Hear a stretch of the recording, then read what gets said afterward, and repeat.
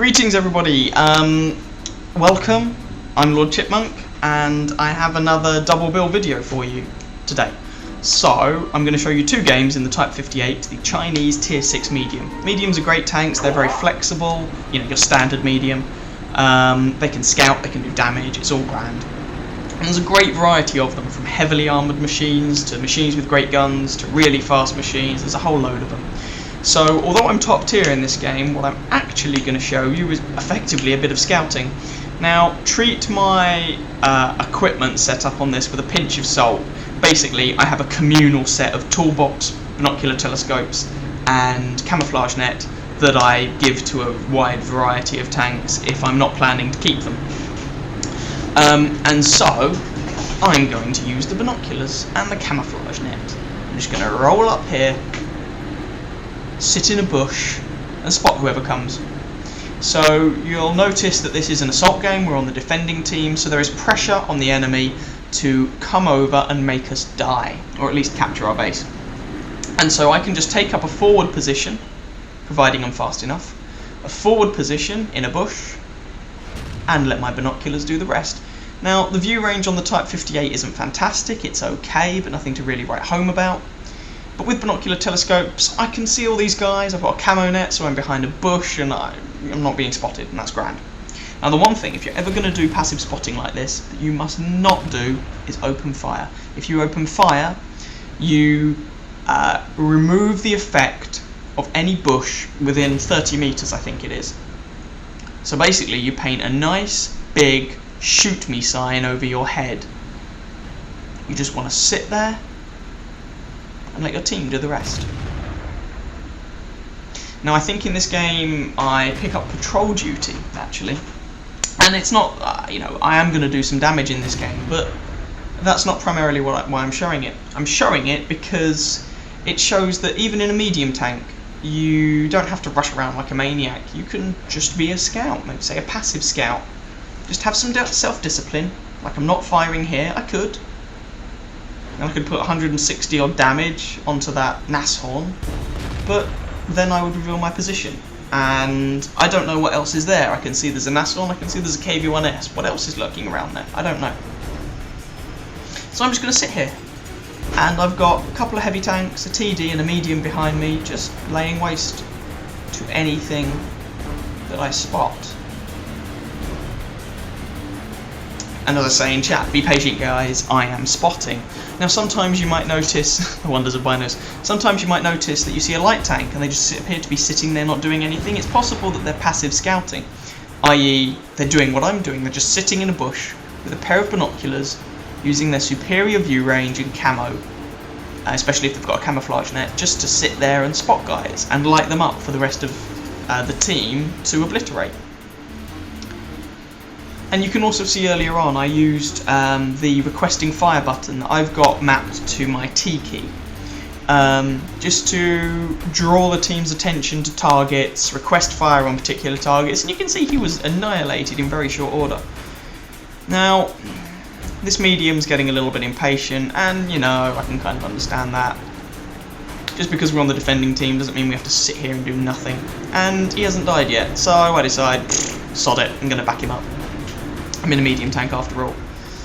Now, he's going straight up there apparently, or at least he's spotting them. I don't like those odds, so I'm going to go around here. But of course, remember, there was a TD over on this ridge. So, you know, just fire on the move, why not? I reload about every 5 seconds or so. And it's not as if I've got a shortage of ammunition. So, priority 1, kill this guy. Because he is behind me. If I go round and try and do any flanking action, I have a Hellcat behind me to deal with. But, you know, the guys behind me are on the ball and the KV-2 just nukes him. So, what's left? Well, we've got the medium in front still, and now I'm behind them. And there's these two heavies. There's a KV-1 and a KV-1S. So I'm going to try and put some pain in them. That KV-1S bounced. I'll bet he's happy with his 15-second reload, and I'm just going to keep opening up on this guy. I track him, and someone else kills him. There's some more assistance damage for me, and someone else has dealt with the KV-1, and I'm still golden. I don't have any kills yet, but I've got a whole bunch of spotting and assistance damage. I've done a bit of damage myself, and we're 10-3 up all of a sudden. And we've just completely annihilated this flank. And just because you're defending on an assault game, you know, if the time's right, that doesn't mean you can't go on the offensive. And I fire a bit before I'm aimed there, and I don't get the damage in, but it does enable me actually to get the kill. If I'd done the damage before, I wouldn't have got the kill. Now, I would rather actually have the damage. It's more XP, another cheap kill. I'm on 2 kills, but they were just, you know, kill stealing like a boss. But we're still alive. We've still got most of our health left. We've taken a couple of bounces, which you should not expect if you're driving a most medium tanks, this included. But it can be done. In fact, I've got a video up where I get steel wall in this thing. But we're just going to go over here, see what we can find. There's 2 heavies left, and they're down in this corner somewhere. And we're going to see if we can wheedle a bit more damage, a bit more XP out of this game. The second video I show you is going to be completely different. But again, the second video will be quite cautious, but we'll get to that in a second. So someone's nuked this KV-1S. It was another KV-1S. They're all over the place. And that just leaves this T-150, who's not looking very clever. And, oh, I fluffed that shot. I really should wait for it to aim. This gun is not very accurate. It's got good DPM, but it's not very accurate. And bazinga, game over, we win. You know, time to spare. So, that was a pretty decent game for me. I believe I get patrol duty, have a look at the post-battle results, and we'll move on to the second game.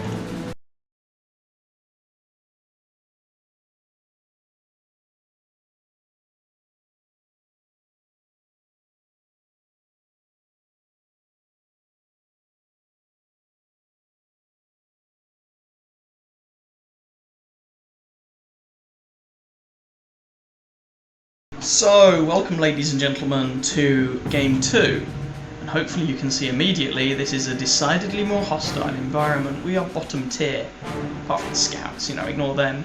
Tier 8 game, Tier 6 medium, Type 58 again.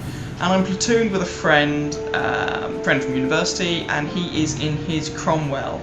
Unfortunately, he meets a rather sticky end comparatively early on at the hands of an autoloader. So, I mean, why are we in this game? Well, we're going to do what we can, but we're very unlikely to carry the game. The gun on this tank is alright, it's got good DPM, but it doesn't have great penetration, it's not very accurate, and, you know, it's a tier 6 tank. It's not going to do a huge amount of damage with each shot. And again, you can see I've got binoculars, camo net, and I do actually have a repair kit. And this is a 100% crew. I've got repair on some of them. I think I've got mentor on the commander. And so what I'm going to do, I'm going to go over to this left flank, and Sam's coming with me. I'm going to park in a bush, and I start off trying to do something similar to what I did in the previous game. Just trying to get some eyes on the enemy, trying to do some spotting, trying to do what I can to help us win. And we have a shot on the move, because why not? Someone's already gotten there before me. Oh, it's a comet. Yeah, alright, fine, whatever. That's fair enough. But hello. We've seen a target. There's a Hellcat over there. This is very cheeky. One shot, one kill. So, oh good lord. There's a 5916 coming. 5916 is... well, I didn't actually like it when I used it.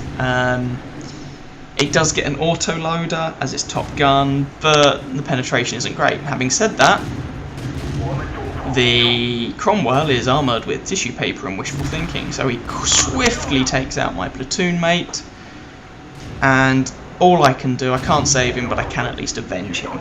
So there we go. We're up to 2 kills already. One of them was a bit cheap, but you know, we'll take what we can get. Both of them were tier 6.